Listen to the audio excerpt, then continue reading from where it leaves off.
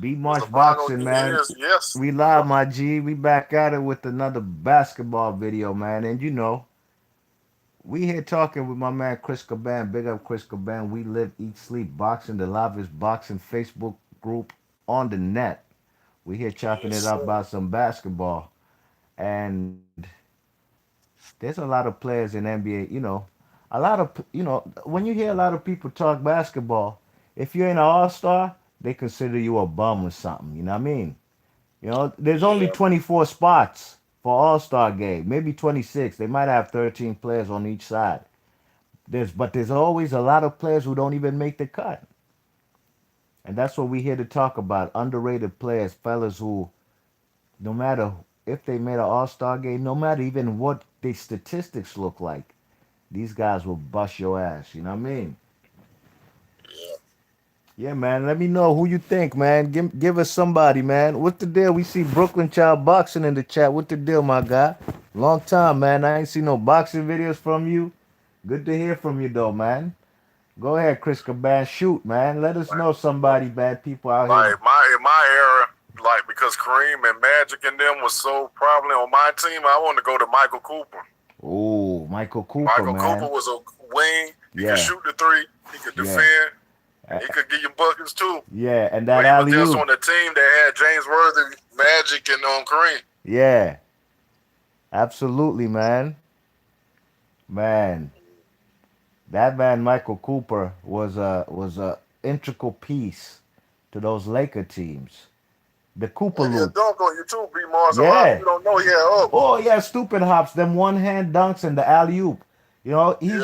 he's one of the first players I could remember catching alley oops all throughout his career from Magic. You know what I'm saying? Hey, Brooklyn Child's in the chat.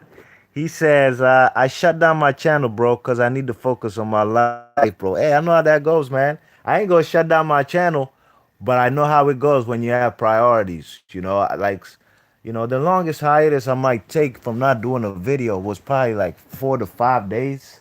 And that seems like an eternity, but sometimes you got to handle your business before this YouTube shit. A lot of these channels out here, Brooklyn Child Boxing, who be out here, they be chasing views. These people depend on YouTube checks, you know what I mean? I don't depend on no YouTube checks, you know what I'm saying? I was getting money before YouTube existed. But Brooklyn Child Boxing, I'm gonna read the guys you putting down in your motherfucking list, and everybody on that list you put down in this chat is A1. But let's talk about this Michael Cooper right quick, man. You know what I'm saying? Michael Cooper was vicious on defense and a lifelong Laker. You know what I mean? Absolutely. Yeah. 5-time champion. I think he was even a defensive player of the year one year. Yeah. And was he a starter? Was he a starter them times? Or was it No, Byron Scott? Byron Scott. Yeah. So that man got defensive player of the year coming off the bench? Yeah, he was 6 man a year one year, I believe too. Wow. Michael Cooper, man. Number 21. A I lot can continue from this era too if you want me to. Yeah, we gonna go down the list, man. But let me read you Brooklyn Child boxing list and let me know if you agree, cause I agree with everybody he said. Jalen Rose, Yep. yeah, Jalen Rose in that 2000 team, that Pacers versus Lakers. Jalen Rose was the most consistent Indiana Pacer in that NBA Finals. What do you think? Even more consistent than Smits and Reggie Miller. Yeah, go watch them games. Probably. He was getting 30 every other game versus the Yeah. It was Lakers. 2000. 2000 was slowing down around that time. Yeah, I can't hear you, man. You're breaking up. Yeah, I said them Reggie Miller and Rick Smith was starting to slow down around 2000. You're absolutely correct. Yeah, and Reggie Miller took the mantle and he was handling his business. You know what I mean? Yeah, man. All right. So another guy that the man Brooklyn Child Boxing said. Of course, he's on the thumbnail, and I agree. That's why we have him on the thumbnail. Jamal Crawford. Jamal Yeah. Crawford, dogs. How many teams he scored 50 points with? I think like 4 teams. I think he has the NBA record of having the most 50-point games on different teams. Don't you know this guy Jamal Crawford has never, ever, ever, ever been an All-Star? Yeah. I was watching Jamal Crawford as a 19-year-old at Michigan Wolverines. And I thought this kid was bad. He could score. And that's what he came to the NBA to do. You heard the story about Michael Jordan beating him for a benzo? Dad, where you at? I can't hear you. Yeah. It's on YouTube. I They can't talking hear. about it. Yeah, go ahead. Can you hear me? Yeah, I can hear you now. I said, yeah, I heard about it. It's on YouTube. Yeah, he beat him for a benzo. I forgot what they were betting on. And that was a young Jamal Crawford, you know what I mean? Yeah, that's why people were trying to get mad at Jordan about that taking that boy money. Yeah, he should have known not to Jordan bet with the ruthless on big that year, dogs. though. Should have known not to bet with the big dogs, man. Yeah. Another guy, Brooklyn Child Boxer, is saying in the chat, Monte Ellis. Ooh wee! Don't you know Monte Ellis came out of motherfucking high school, never played college, and he came out of public school in Mississippi. I think he was even the player of the year in high school ball that year. Yeah, I remember Monte Ellis. Nice. Monte Scored. Ellis could score, man. That guy was a cold-blooded assassin. Wasn't much of a passer, but that's why I knew him and Steph Curry wouldn't work. You know what I mean? There was a small backcourt for one, and both guys are offensive minded and not defensive minded. But Monte Ellis was a bad dude on Golden State, man. Should have been an All-Star at least once or twice.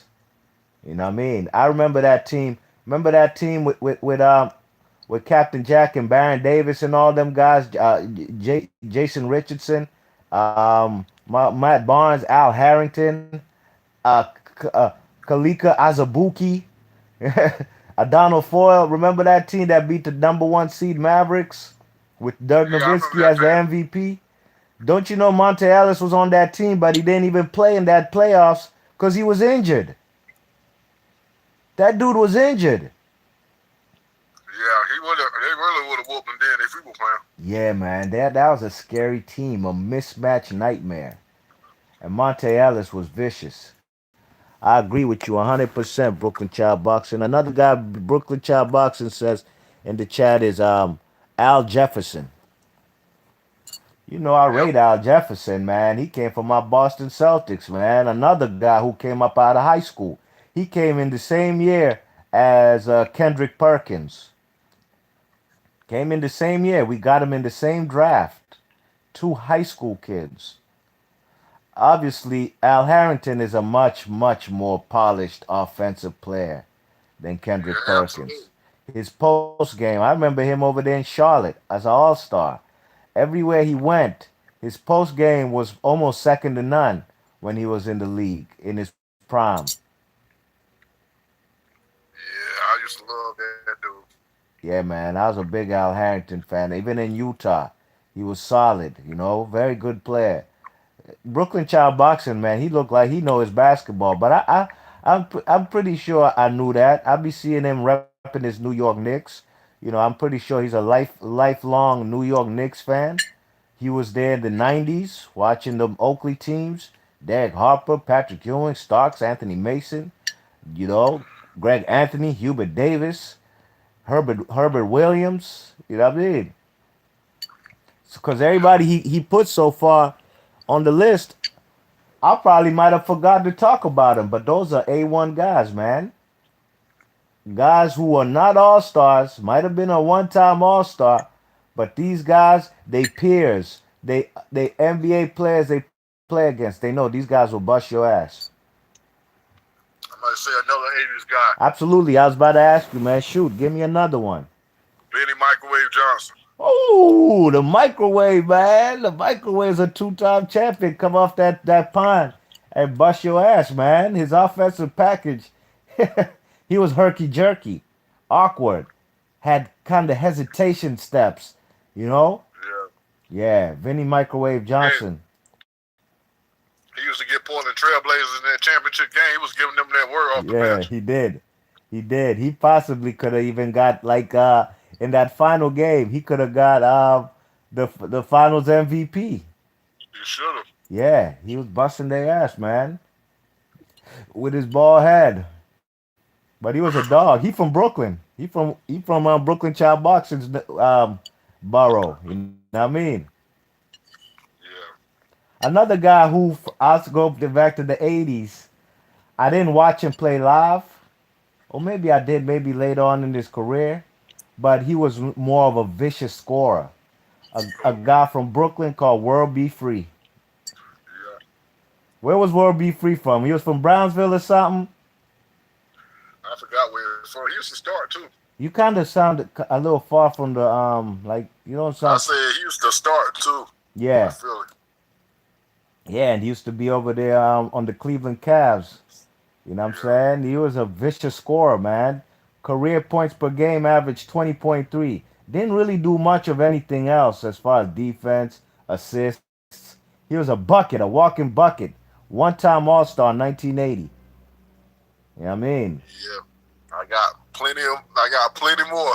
Actually, Gerald Wilkins. actually, he's from Canarsie, Brooklyn. He's from Canarsie. Let me give you one, man. Let me give y'all one since you give it two. Okay. A guy I gotta give from Baltimore, Maryland, man. And y'all scared I could tell, cause I'm gonna get bucks like Milwaukee, cause like Sam, I can sell. Woo-hoo! Yeah. Woo! Hey yo, Sam Cassell was a dog from his rookie Yep. year. He made that motherfucker Kenny Smith have to look over his shoulder. This young alien dude with that big ass head is coming for me. And sure enough, he was a better player than Kenny Smith ever could be in the NBA. And Kenny Smith would start, but guess who finished in the game at point guard? Yeah. He had more minutes than Kenny Smith. Hey, look at Game Seven, New York Knicks versus Houston Rockets '94. That motherfucker had 30 points off the bench, and that wasn't the only game he had. I think Game Two in that finals he had like 24 points, and he hit the game winner.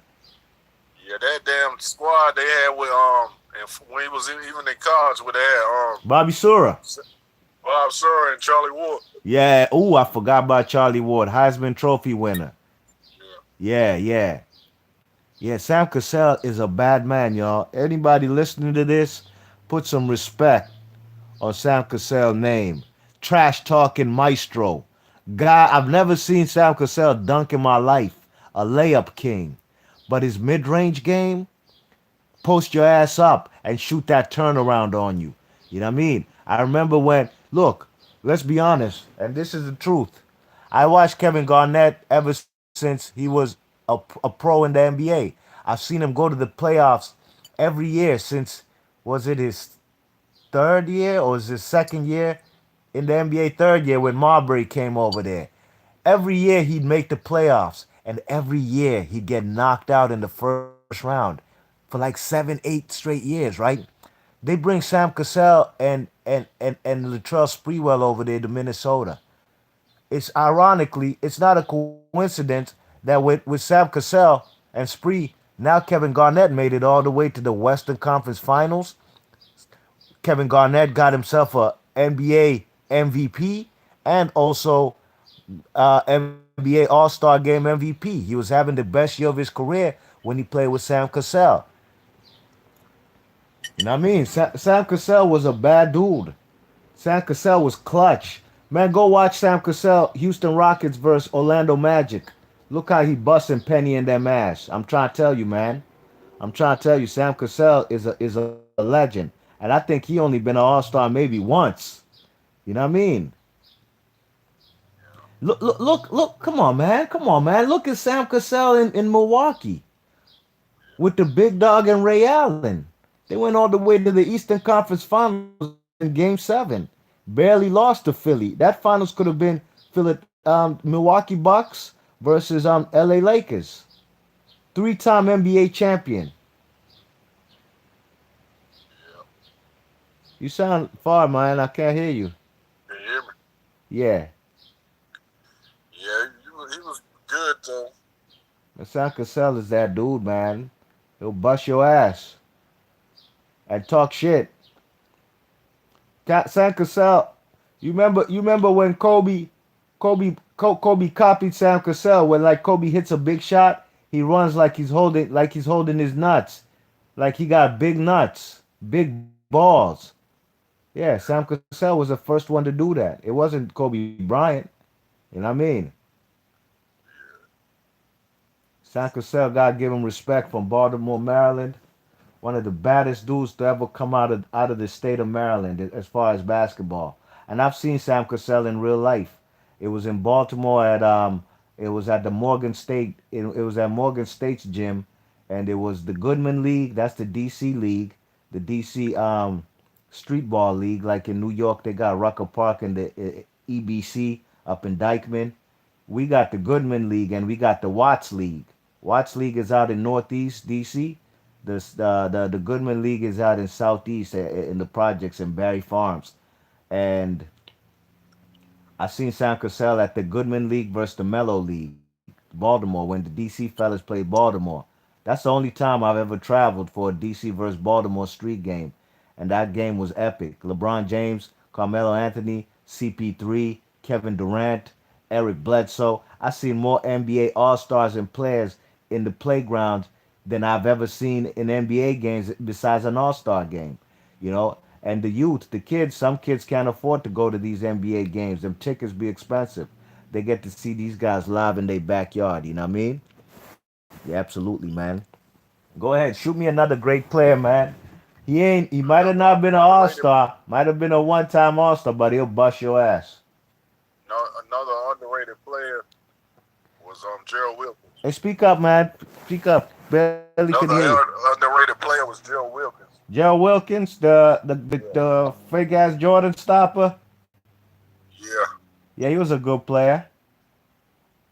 yeah. He used to get 16, 17 points a game. I Other can't than hear you, Jordan, man. You kind of going in other there. than other than other than that Jordan shit, majority of his career he was pretty good and solid. Yeah, Gerald Wilkins was a good player. I remember him more from the Cavs and the Knicks. He played better with the Cavs, Yeah, I thought. Gerald Wilkins was a good player. Um, I'm sorry, I can't speak too much more about him. You know what I'm saying? Yeah, I watched him a Yeah, good time. cause I was a little young, but I remember him on the Knicks and the Cavs. You know what I mean? He was averaging like 16 points a game. That's pretty good.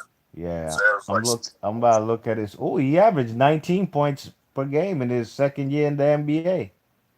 Yeah, he used to score. Yeah, yeah. He wasn't nowhere close to what his brother was, but he was definitely a better defender than Dominique. Yeah, he was better defender than Dominique. Yeah, man. Let me shoot you another one, man. I'm gonna read all these guys you putting down in the chat, fellas. Hold tight, man. Let me give y'all my thoughts, man. Let me think. Ricky Pierce. Remember Ricky Pierce, Seattle Yeah, Supersonics, Ricky Milwaukee Pierce, Bucks. Milwaukee Bucks, he was a beast. This guy, Ricky Pierce, was a walking bucket. You know what I'm saying? Ricky Pierce come off the bench and averages 20 points per game. You know what I mean? He was in Seattle. I can't hear you. He was in Seattle.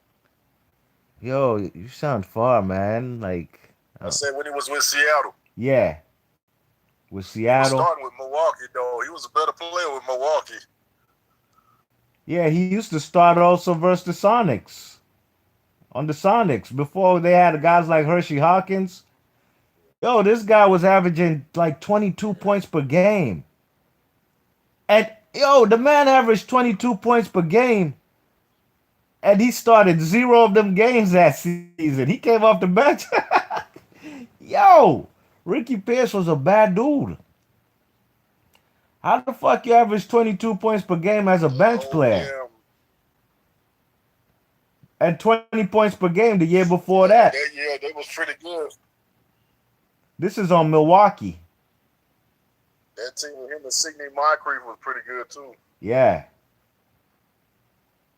Yep, with Sidney Moncrief and Terry Cummings in them.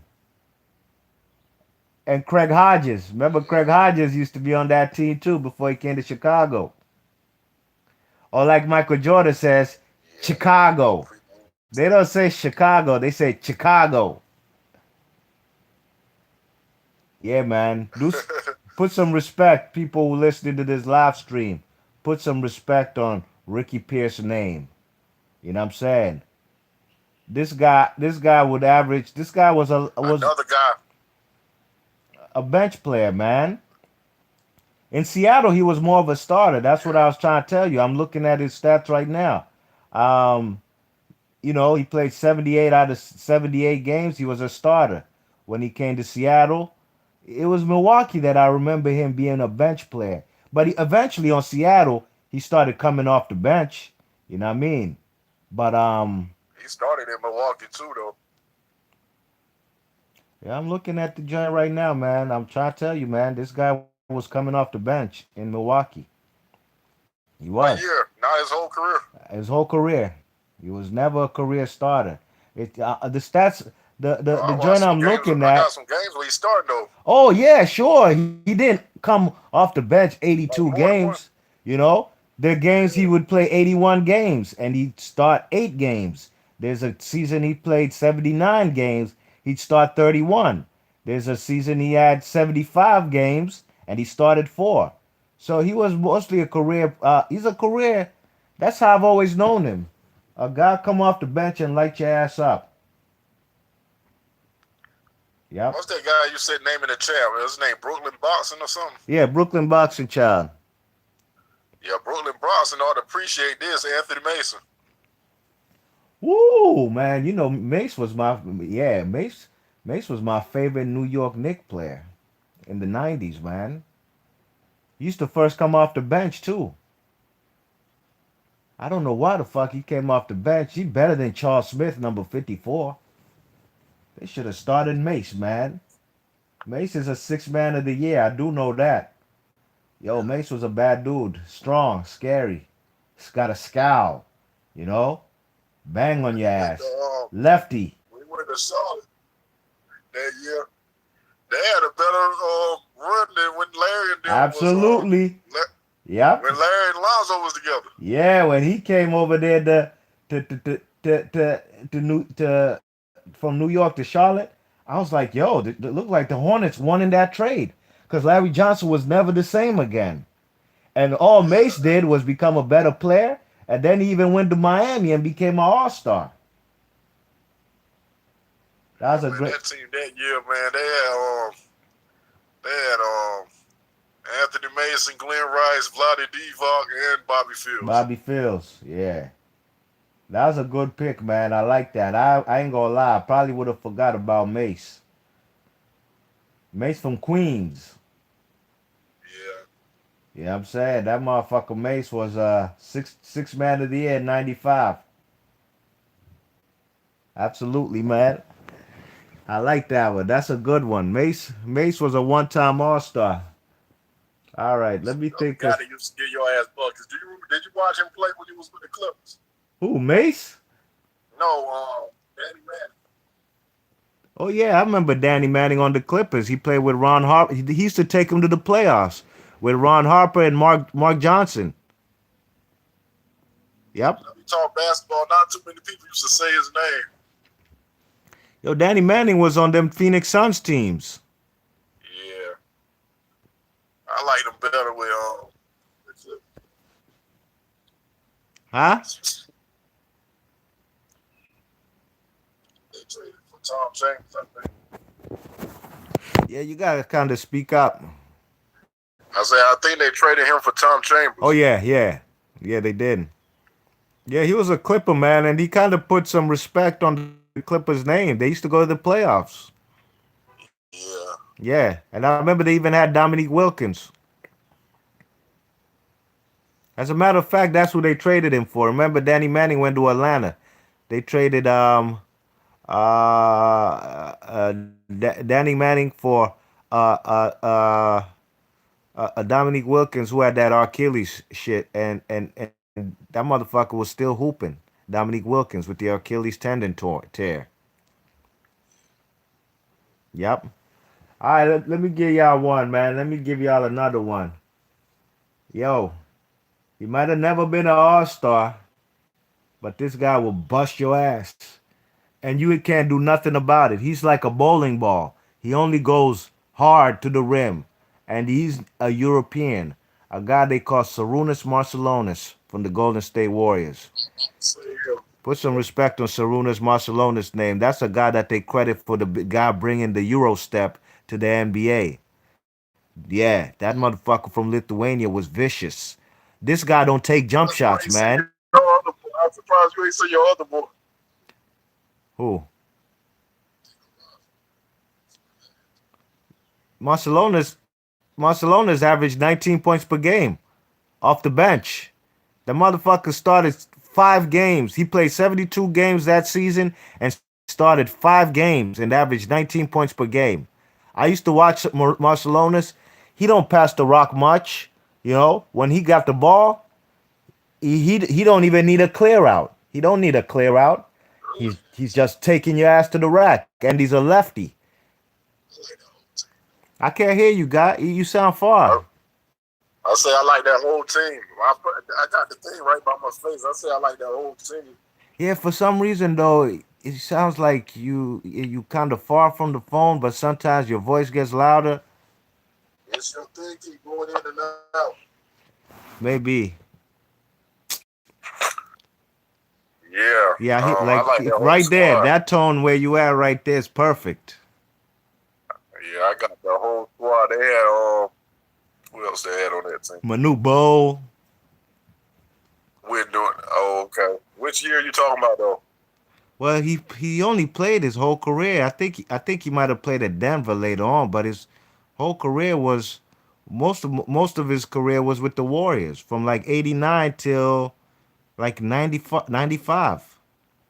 Yeah, he got hurt. Yeah, he got injured 1 year. He didn't play. As a matter of fact, wow, Jesus Christ, Chris Webber's rookie year, he didn't play with Marcelonis, not even 1 minute, and he ain't played with Tim Hardaway.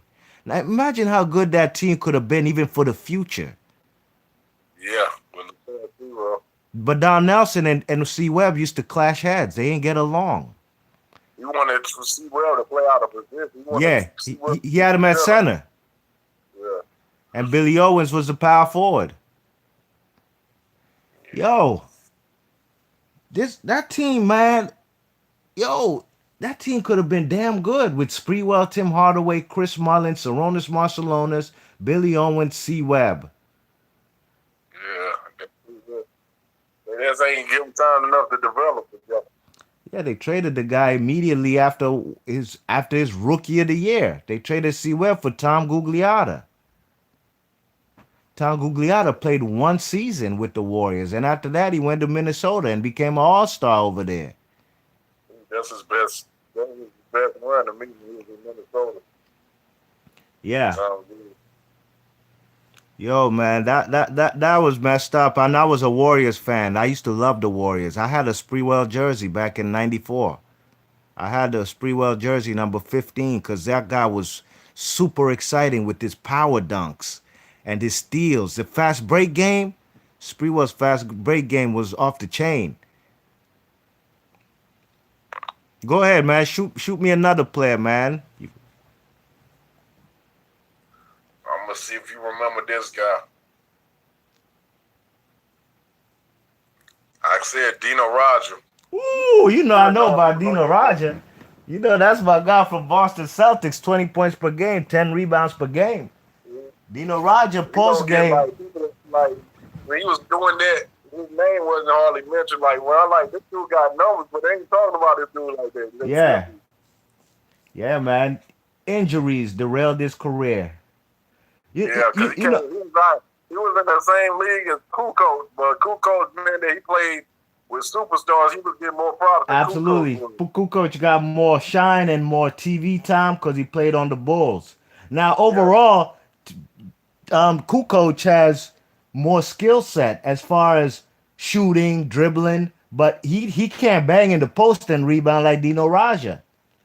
Not at all. Yeah, Dino Raja was an inside player who got post moves and gets busy, you know? And the only only thing that stopped Dino Rodgers, he got injured.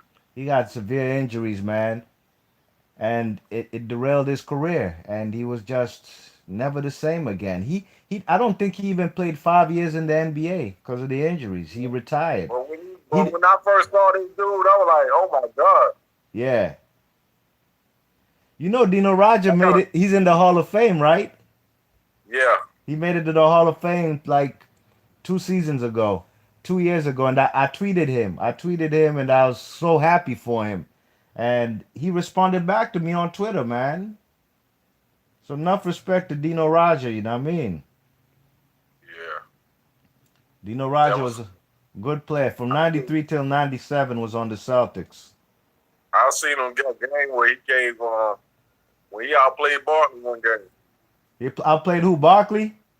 Yes, I got it on PCR tape. When he was on what? The Celtics? Yeah, when he was on the Celtics, I think he had like 30-some points in that game. Ooh, man, I wouldn't doubt it, man. Dino was that dude, man. Dino Rodgers. You know, Dino Rodgers got drafted in like 89, 90. Yeah. Because he was cooking Barkley. You know what Barkley did that all players do? He'll get mad and cut somebody out when Rodgers scored on him. He got like the other dude was supposed to be trying to. Yeah, that's some shit Barkley would do, man. Yep. I'm like, look at this, your man. Mm-hmm. Yeah, and Dino Rodgers got a reliable 16-foot jump shot too. Yeah. Dino Rodgers was solid, man. Killing them with that mid-range. That's how he got that 30 points against the Phoenix Suns. Yeah. But what I liked about him was his willingness for a European player that they would consider soft. His willingness to bang in the post. That was the first guy I seen do that though. Yeah. Bang, like power forward. Yeah, he was the first European. Forward, they was like mostly like to shoot 3-pointers and shit. Mm-hmm. Yeah, man. Dino Rodgers, number 40. Yeah. Yep. I like Dino Rodgers, man. I was a big fan of his. He helped take my Boston Celtics to the playoffs in 95. And they played the number 1 seed, the best team in the NBA record-wise that year, Orlando Magic. Orlando beat us by 60 points in game 1. Orlando thought we were sweet. We came back in game 2 and we beat Orlando Magic with Shaq Penny, Horace Grant, and all them. Nick Anderson, Dennis Scott, and Jeff Turner. We beat them in game 2. Yep. I love Dino Rodgers, man. Let me give y'all one too, man. I'll give you another one, man. I'll give you Rod Strickland. Oh, hell yeah. Rod Strickland from the Bronx. My nature said that song. I was the Knicks fan. I hated him ever since they traded Strickland's son. I hated him. Yeah. I used to go to games as a Knicks fan. They had Strickland. What do you say? I used to go to games as a Knicks fan. They had Strickland. They traded him. They traded him. Ever since that son, I hated him. Yeah. Yeah, man. They should have never got rid of him, though. Yep. One time. I was reading him and Patrick Ewing didn't really like Rod Strickland. Oh, yeah? Yeah, I was reading that in one of the old magazine. Yo, don't you know Rod Strickland has never, ever in his life been an all-star? That's criminal. That's criminal right now. I thought he was a one-time all-star in Portland that one year. He should have been. Yeah. He should have been one with the Wizards. Absolutely, man. On the Wizards, he was a bad dude. He took the Wizards to the playoffs with C. Webb and them. And with his years with San Antonio Spurs, he was getting busy. Yeah, he was with a young D-Rob and Alvin Robinson. Yep. Let me look at Strickland's best NBA season. 18.9 with 8.8 assists. That was in 94-95. That's when I thought he should be an all-star. The year after that, 95-96, 18.7 and 9.6 rebounds. Wow. And then on the Wizards, he was 17.2 and 8.9 assists. And the year after that, he led the NBA in assists. with 10.5 and averaged 18 points per game. They asked Allen Iverson when he was a rookie, what guys used to break his ass when he came in the league. He said Rod Strickland. I wouldn't doubt it, man. Rod Strickland was like that, man. I was a big fan of Strickland, man. When he came to Washington, He was like, when he first saw Rod Strickland, he was like, this guy, he ain't that fast. But he said, for somebody that didn't have the speed and athleticism, he'll still cross your ass over. He said he didn't understand how he kept crossing him over. hey, that everybody know in the NBA, Rod Strickland don't even got Jay like that. They know he Yeah. goes to the rim and he got crazy finishes. Like they compare Kyrie Irving. They say Kyrie Irving reminds them of Rod Strickland with his finishing abilities, especially after contact for a little guy around the rim. Kyrie Irving remind me of Isaiah a little bit. As far as the handles, The handles, when he get fouled, Isaiah used to make his shots when he get fouled. Isaiah was a tough little guy. yeah, But Rod Strickland, Chris Webber was on open court. He said, you know he can't shoot no jump shot, but he said he got this running like a runner. You can't block that shit. yeah. And more He said times he gets to the cup, man. He gets to the rim and he's finishing got layups. that. He puts a kind of spin English on the motherfucking rock, throws that off the glass, gets fouled, and you just see the rock go through the net. Yeah, Rod Strickland, put some respect on the man Rod Strickland from the Bronx name, man. One of the best point guards of his era, you know what I mean? From 88 to 2005. Big up to the man, Rod Strickland. Who else you got? Who you got? Larry Nance from Cleveland Cavaliers. Larry Nance. You see, Larry Nance, I know about Larry Nance. I know he was a superior dunker. I seen Larry Nance. I seen him dunk on Kareem Abdul-Jabbar. A vicious Don't know a lot dunk. of people too. Huh?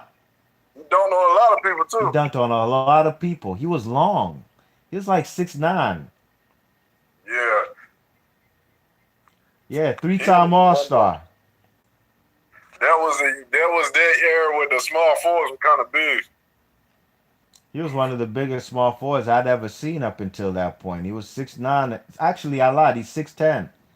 I'm looking Yeah, at his like height. with Cleveland, because they had a damn big ass lineup in Cleveland. Yeah, whoo. He had his best seasons was on Phoenix, man.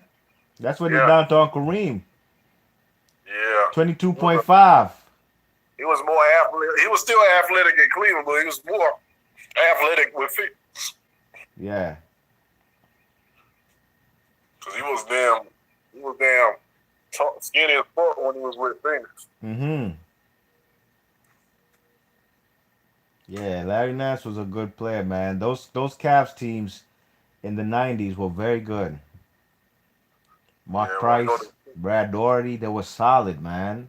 Yeah, you should have continued with Brad Daugherty since you said his name. He was at the centers. He was giving Patrick Ewing. I got games, man. Well, games. He used to get people work. He was careful to 21 years.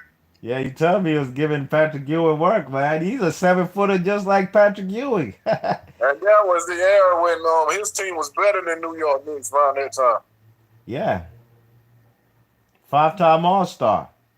Because the people don't know that if Jordan wouldn't have had that shot, they would have put Jordan's ass out there. Absolutely. That was a game, what was it, game 7?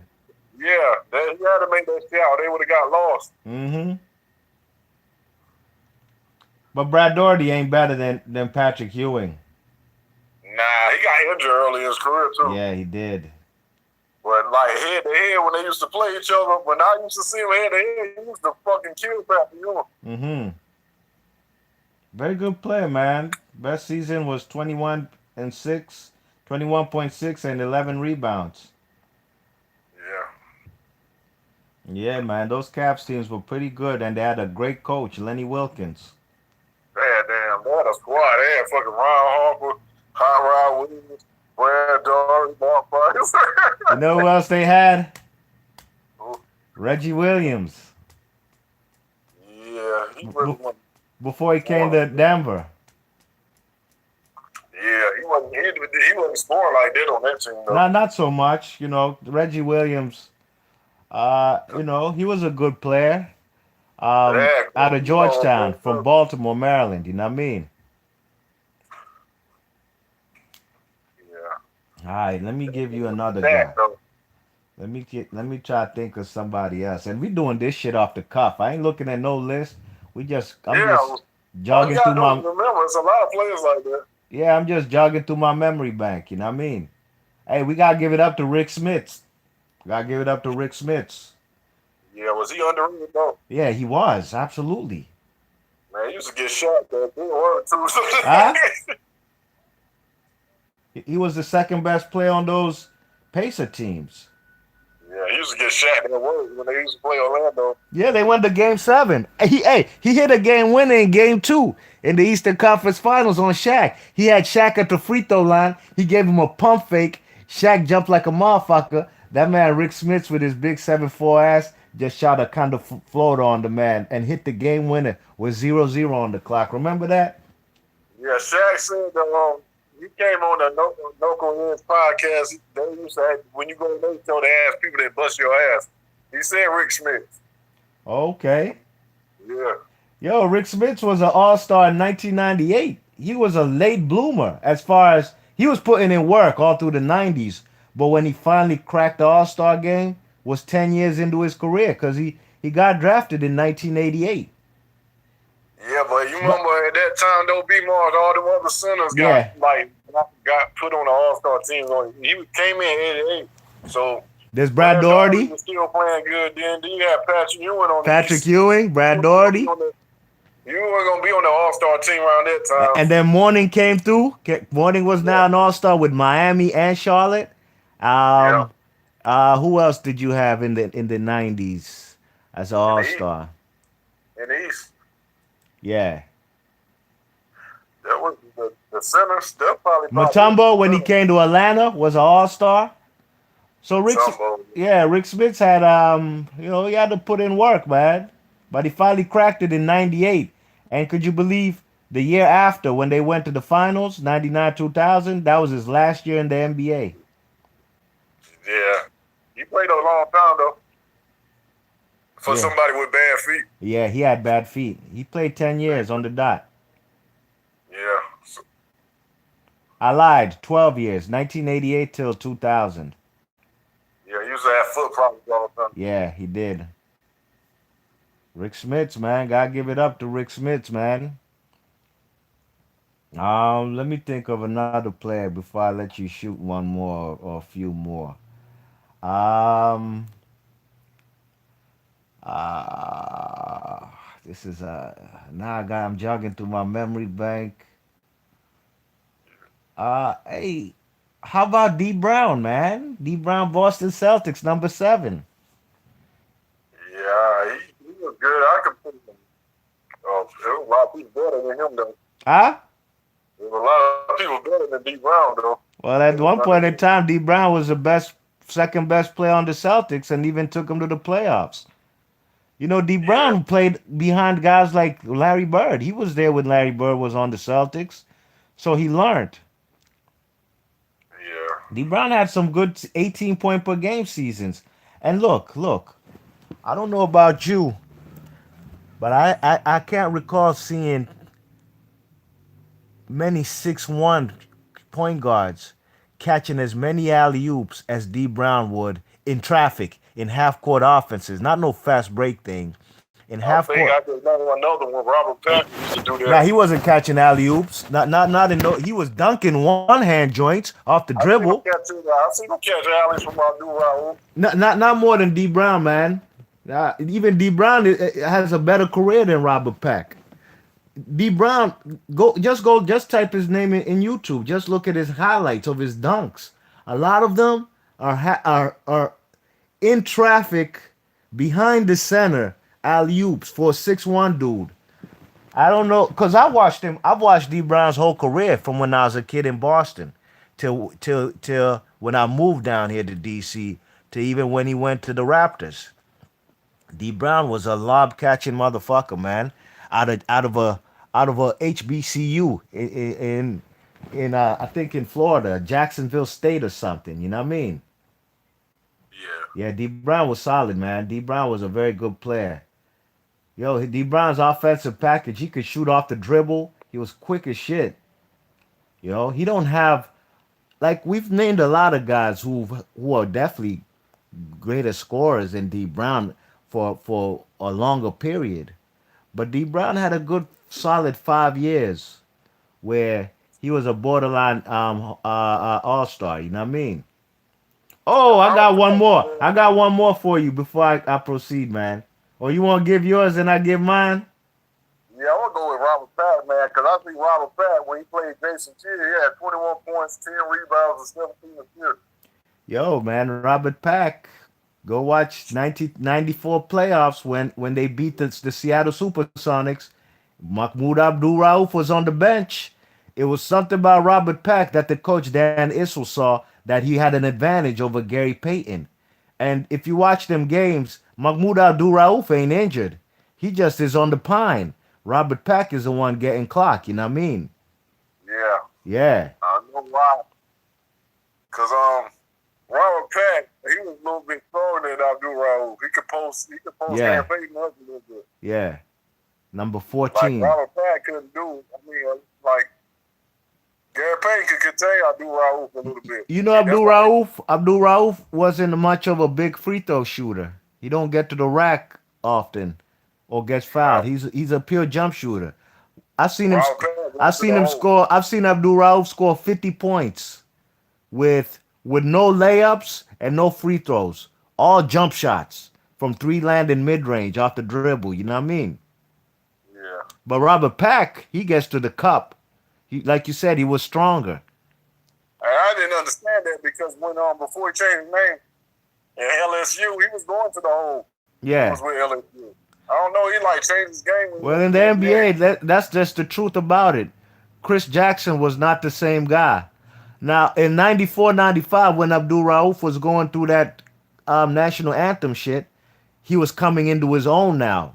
He was now starting to show what we thought he would be. Cause he came on, he ain't exploding the NBA like we thought he would. Yeah, because even Shaq was on that team. And Chris Jackson was the starter at LSU team when Shaq was up there. Yeah, yeah, he But was. he didn't turn into Chris Jackson. Even Shaq was on open court. He said he don't know what happened. He said he thought whatchamacallit was going to be one of the best point guards when we went to the NBA. Yeah.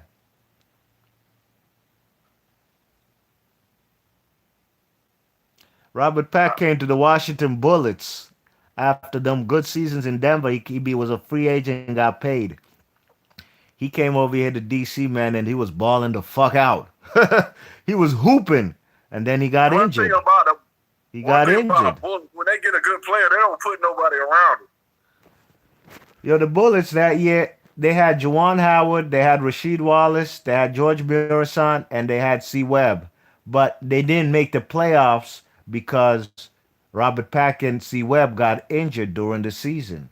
Then the next season they traded Rasheed Wallace, and then they brought in Strickland for Sheed, and then finally the Bullets made the playoffs with C. Webb in them.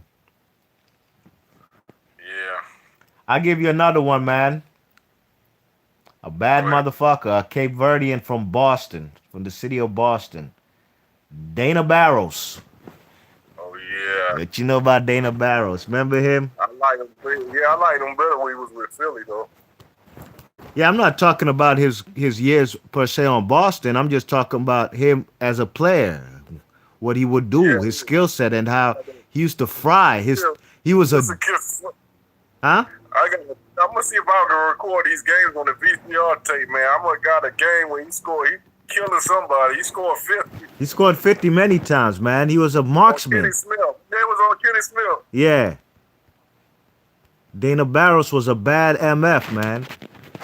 You know what I'm saying? Dana Barros was one of my favorite players. Like I used to try emulate as far as his jump shot, and also because he was from Boston. That's where I came from before I moved down here.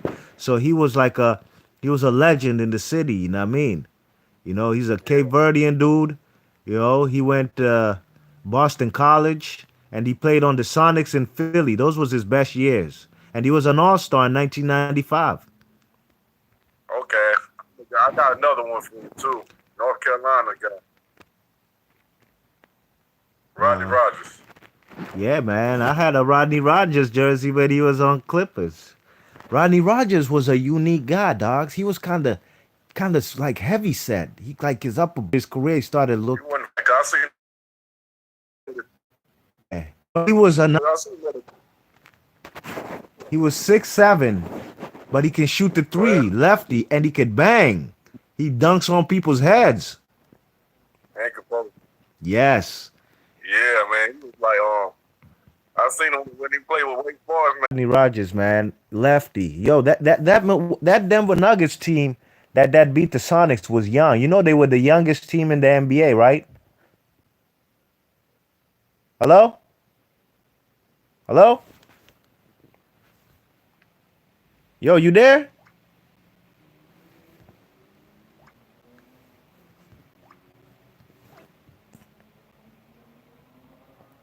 Yo, yo. Oh shit, I think Chris Caban got kicked off the hangout. Yeah, he's not on the hangout no more. Oh well, I'm here. All right, let me read the chats right quick, man. Let me see what y'all saying in the chat. Yeah. All right. Chris Caban, hopefully he'll come back on. In the meantime, in between time, Brooklyn Child Boxing says, I'm focusing my mission to lose weight. I've been watching a lot of nutrition content. I've lost 35 pounds in 40 days. Jesus Christ, that's a lot, man. Congratulations, man. That's a lot of weight, man. Absolutely, man. Stay focused, man. Stay on your mission. Stay on your journey. Brooklyn Child Boxer says Mike Bibby. Absolutely, man. You know Mike Bibby's never been an all-star. Never. But guess what about Mike Bibby? Mike Bibby was the most clutch player on them Sacramento Kings teams with Peja Stojakovic, Divock C. Webb, Doug Christie, Bobby Johnson, all these guys. He was the most clutch player over there. You know what I mean? Mike Bibby was the reason they traded Jason Williams, who was more of a sporadic, kind of out of OC kind of point guard. Although Jason Williams toned his game down when he went to Memphis to play under Hubie Brown and when he went to Miami to play under Stan Van Gundy and Pat Riley. He wasn't all on that fancy passing shit. But Mike Bibby was definitely the better point guard than Jason Williams as far as fitting for that Kings team. And they went far. They should have gone to the finals if it wasn't for that referee cheating. That Donahue that went to the feds. He went to federal prison because of scamming and cheating games. You know, those Kings teams were damn good with Mike Bibby. I agree 100%, man. Brooklyn Child Boxing. Brooklyn Child Boxing says C.J. McCollum. For new players currently, he's one of the most underrated players. Absolutely, you know what I mean? C.J. McCollum. Is a guy. Hold on. Chris Caban is trying to get back on the hangout. One sec. I don't know where he's.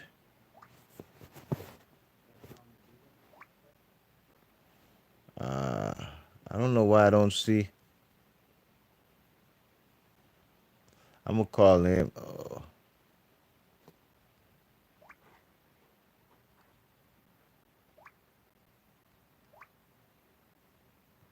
I don't know where he at. I'm here. I don't know where he's at.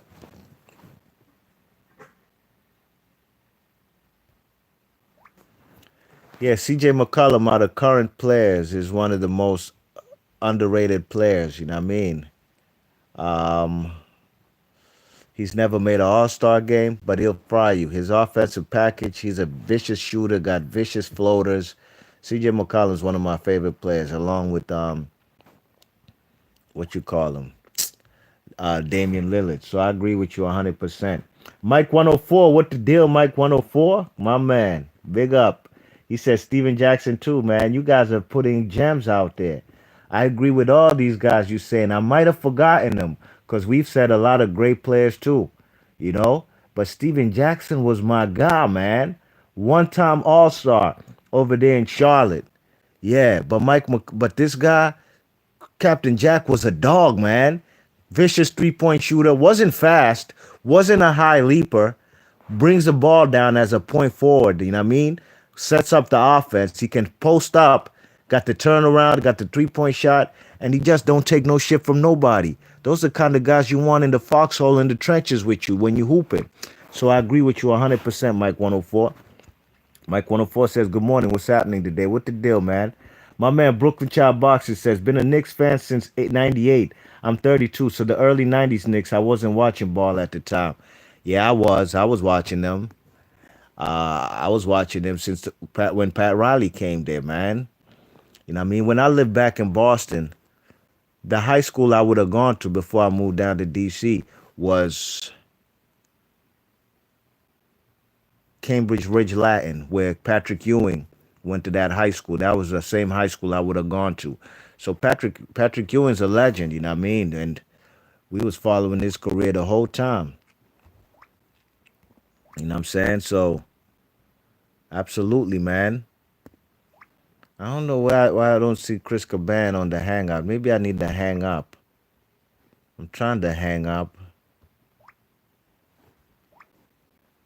The joint's still going on, so he might be on it. Anyways, let me keep reading these chats. All right. Brooklyn Child Boxer says Sam Cassell was that dude. Absolutely, man. Sam Cassell. For a dude who can't jump, is not athletic, he uses his mouth and his IQ to win basketball games. And he's a proven winner. I mean, the man is a 3-time champion. Got 2 rings in his first 2 years in the NBA. Not riding the pine. He was actually making Kenny Smith expendable. You know what I mean? You know, that man was a great player. As a matter of fact, Sam Cassell was in the trade to bring Charles Barkley from Phoenix to Houston, along with Robert Horry. Brooklyn Child Boxing says Isaiah J.R. Ryder, man. Brooklyn Child Boxing, you know your NBA, man. Even though you said you ain't see the early Knicks, and that's cool. You know your NBA. J.R. Ryder was a bad man. J.R. Ryder was a scoring machine. A guy whose confidence was off the chain. A guy who feels nobody could really do nothing with him as far as offense. A guy who posts up. He was heavy set. Yeah. Go look at what he does to guys like Jeff Hornacek when the Timberwolves or the Blazers would play Utah. Man, he torched these guys in the post. Fuck that jump shooting shit. He taking you on the block and giving you that work. Absolutely. Mike 104 says Rafer Alston. Absolutely, man. Yeah. Rafer Alston, man. Skip Malou from the Magic. Helped the Magic go to the NBA Finals with Dwight Howard. Skip Malou was a playground legend, and he had success in the NBA. Was never an all-star, but he was a force to be reckoned with, you know what I mean? A solid player, a starter for sure in the NBA. I agree with you 100%. Brooklyn Child Boxing says Sadat X said in the rhyme said, why the Knicks trade Rod Strickland? The man was nice. Absolutely. You know Sadat X from the Bronx. Just like Sadat X from the Bronx, just like what's his name? Just like Rod Strickland, man. So I know he felt some kind of way when they traded him, you know what I mean? All right. Who else we got? Brooklyn Child says Mike Finley. Yeah, Mike Finley was a good player. Very good player, man. Mike Finley was especially on them Dallas Mavericks teams with Steve Nash and Dirk Nowitzki. He was a better player, man. He was improving every single year. Yeah, gotta give it up to the man. Big ups to the man, Mike Finley. You know, Findog came from Phoenix, man. He was a good player. One of my favorite players, dude out of Chicago. You know what I mean? Chris Caban back on the line. You got anybody else? I'm gonna say underrated guy. They used to get buck. I like dogs. Who? I like dogs. People that do dirty work. Okay. I'm gonna go with a dirty work. I'm gonna go with a guy that went to your city spots, Georgetown. What's my man name? Junkyard. Junkyard Dog. Junkyard Dog, man. Absolutely, man. Jerome Williams, He had a great season with Detroit. yeah, man. He was averaging double figure rebounds and Yeah, defense. He he was could a play defense. he was a real dog, you know. Yeah. You know, Junkyard Dog went to a high school in Montgomery County, Maryland, right outside of D.C. Well, the school he played for, I mean, Montgomery County borders D.C., but the school he went to is called Magruder High School, and they got a very good basketball program. You know what I'm saying? Um, he went to Magruder High School. Then he went to, I think he helped him get a state championship. Then he went to, uh, what's that school called? Montgomery College. Montgomery College Community College. You know what I'm saying? And then he went to Georgetown. So he went to public school, community college, Georgetown Hoyas, to the NBA. We gotta give it up to the man, Junkyard Dog, man. He was a good player. The type of guys you need on your team if you're trying to win. That's just the truth about it, you know what I mean? Junkyard Dog. I wish he played in Philly with Iverson. But he played with Grant Hill and they did good things, great things over there.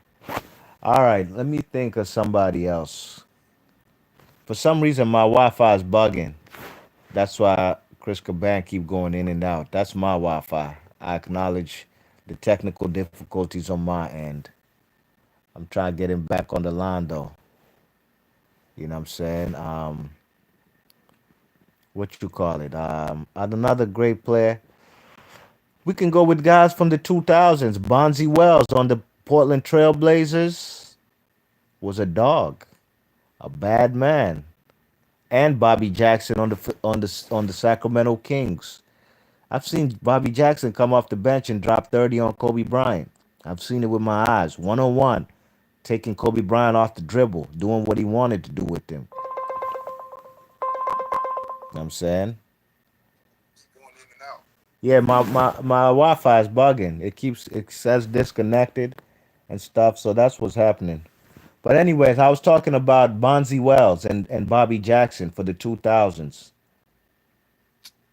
What you think about those guys? Bonzi Wells. I like Bonzi Wells. Hell yeah. Bonzi Wells was a tough dude, right? Yeah. A dude who was actually relied more on offense than guys like Rasheed Wallace. Sheed was more talented, but Bonzi Wells really wanted The Rock to score. You know what I mean? And I also mentioned Bobby Jackson on the Kings. I've seen Bobby Jackson on the Kings come off the bench and give Kobe Bryant 30 points plus. Not once, a few times. You don't believe me? We have YouTube, guys. You can go look these games up. You know what I'm saying? Hey, man, I got another one for you. What is it? Number 10 from the Orlando Magic was the third point guard. Motherfucker was riding the pine, but he patiently waited for his time. 6'1", stupid hops, tough defense.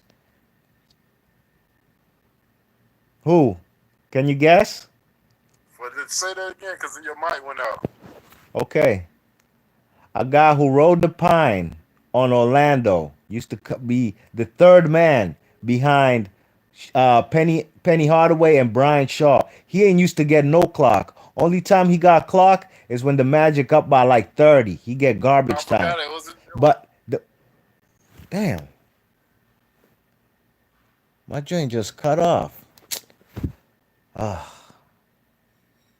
I'm gonna wait. I'm gonna wait till Chris Caban comes back and let's see if he can answer that particular dude I'm talking about. I'm gonna talk about somebody else in the meantime, in between time, and let's go with big man because it ain't just guards who are bad dudes.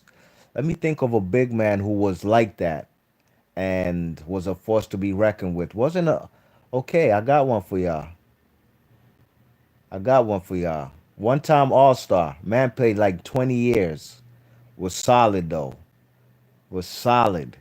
Strong. Very lean.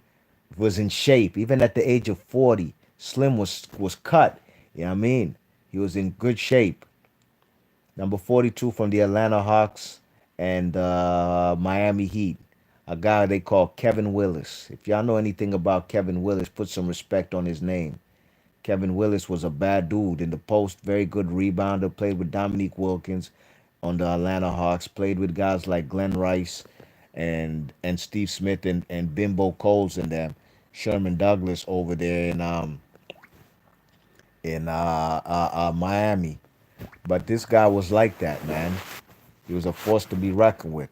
Put some respect on his name, you know. Let me see if I can try to get Chris Caban on, man. My Wi-Fi's bugging. I don't know what it is, but it's all good. I'm probably gonna get off. We probably gonna shut down this live stream sooner than later, cause I got business to handle, man. I do have business to handle, straight up. Trying to get Chris Caban back on. Yeah, sorry, the joint cut off. I was asking you if you know, huh? Yo, what the fuck? This shit just cut off again. Wow. I wanted to see if Chris Caban really knows who I'm talking about. I wouldn't doubt he does, cause this is the best, and this is a boxing channel. You know what I mean? I'm more focused more on boxing. 99% of my videos are boxing, but there's channels out here who talk basketball, and these guys, they ain't got nothing on me. I'm keeping it tall with y'all. Hashtag the best, the very best in NBA vintage talk. You know what I mean? When I was a kid, I used to collect basketball cards. When I was a kid, I used to read encyclopedias about guys like George Mikan and um, early NBA players, you know what I mean, from the inception of basketball. Just like I did with boxing, you know what I mean? Before any internet thing or none of that, you know what I'm saying? So I got a vast NBA knowledge, you know what I'm saying, when it comes to this NBA basketball talk, you know what I'm saying? I could talk NBA basketball talk with anybody, straight up and down, just like boxing, you know? But I love basketball because I don't play boxing. I don't play no boxing. I just watch it on TV. But basketball, I hoop till this day. Till this day, I be in the gym. I be at the park. I bought me a basketball yesterday.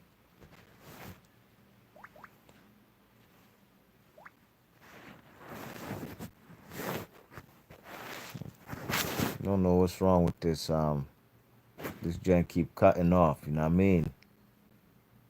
Let's see if Chris Caban can come on and give us the trivia question. If he don't, it's all good. We just gonna keep it moving. Let me think of another big man in NBA who was solid, but will bust your ass, but didn't necessarily get the props he deserved. Um, mm,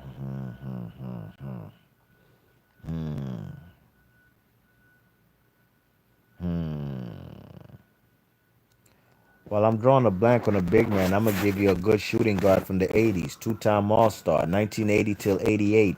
Played with the Philadelphia 76ers. Yeah, my Boston Celtic fans who know anything about basketball, they know all about him. A guy from Brooklyn.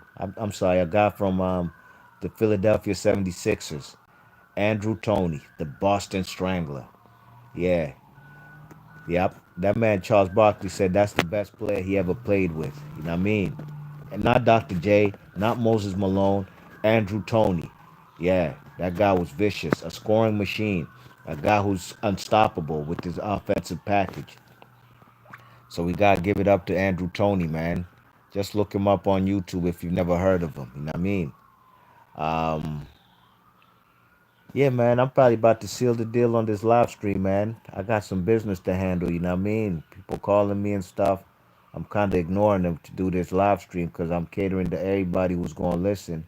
But if you don't know, now you know. The best in NBA vintage talk is right here on B Marsh Boxing Channel. Now, I'm not saying I'm going to be doing exclusively only NBA or basketball videos, but guess what? We got there's no sports going on right now. So in the meantime, in between time, I'm gonna talk that NBA shit. Big out to Chris Caban, who was on here helping me out with this live stream. Big outs to everybody for participating in the chat. Thanks for everybody who hit the thumbs up. Brooklyn Child Boxing, salute. Congratulations on your journey. Stay focused, my G. And hopefully when boxing resumes, we'll have you back talking that boxing shit. You heard? Big ups to Mike 104, per usual, out in the left coast. Thanks again for participating. I didn't even know you know much about NBA, but you dropped some gems up on that joint. Steven Jackson was on that Warriors versus Mavs team. Absolutely. Thanks for listening. Be much bucks. I'm gonna catch you on the next one. I'm gone. Before I leave out, let me mention this guy on the thumbnail as well. Lou Williams. Lou Williams is a modern day dude. Bad MF. A dude who ain't never been an all star, whenever in his life, but he will bust your ass. Not not every now and then. How about every night? Be Marsh Boxing. I'm gone. Peace.